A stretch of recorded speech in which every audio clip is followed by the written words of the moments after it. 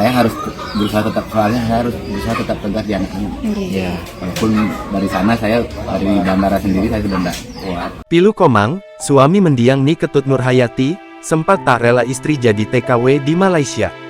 Ni Ketut Nurhayati nekat bekerja ke Malaysia walaupun sering sakit-sakitan.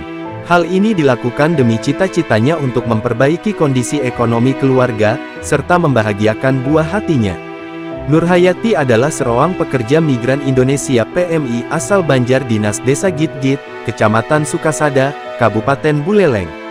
Ia meninggal dunia di Malaysia pada tanggal 31 Desember tahun 2024. Suami Nurhayati, Komang Suwinten bercerita tentang almarhumah istrinya. Kata dia, sebelum berangkat ke Malaysia, Nurhayati sebelumnya bekerja di rumah membuat donat.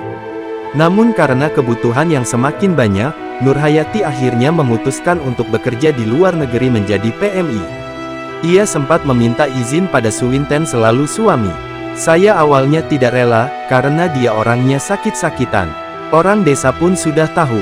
Namun karena keinginannya yang besar untuk memperbaiki ekonomi keluarga, mengingat kami orang tidak punya sedangkan anak banyak, saya pun akhirnya mengizinkan, ucapnya ditemui di rumah duka, Rabu, 8/1.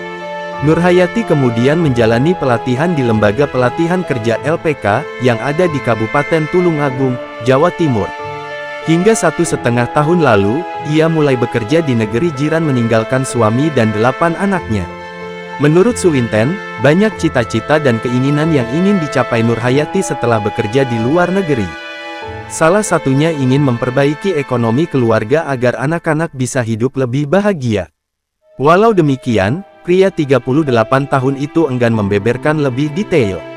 Sebab menurutnya, sebagai seorang ayah ia harus tetap terlihat tegar di depan anak-anak.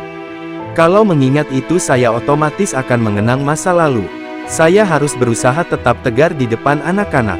Walaupun saya ketika menjemput jenazah istri di bandara, sebenarnya sudah tidak kuat, kata dia. Kata Suwinten, Nurhayati bekerja sebagai pembantu rumah tangga di Malaysia. Ini merupakan kabar yang ia terima pasca 3 bulan Nurhayati kerja sebagai PMI. Nurhayati meninggal dunia pada tanggal 31 Desember tahun 2024. Informasi meninggalnya Nurhayati, dia ketahui pada tanggal 4 Januari tahun 2025. Itu pun melalui anaknya, yang mendapat informasi dari media sosial. Saya sudah putus kontak setelah Nurhayati berangkat. Karena saya selaku suaminya saya masih tetap bertahan.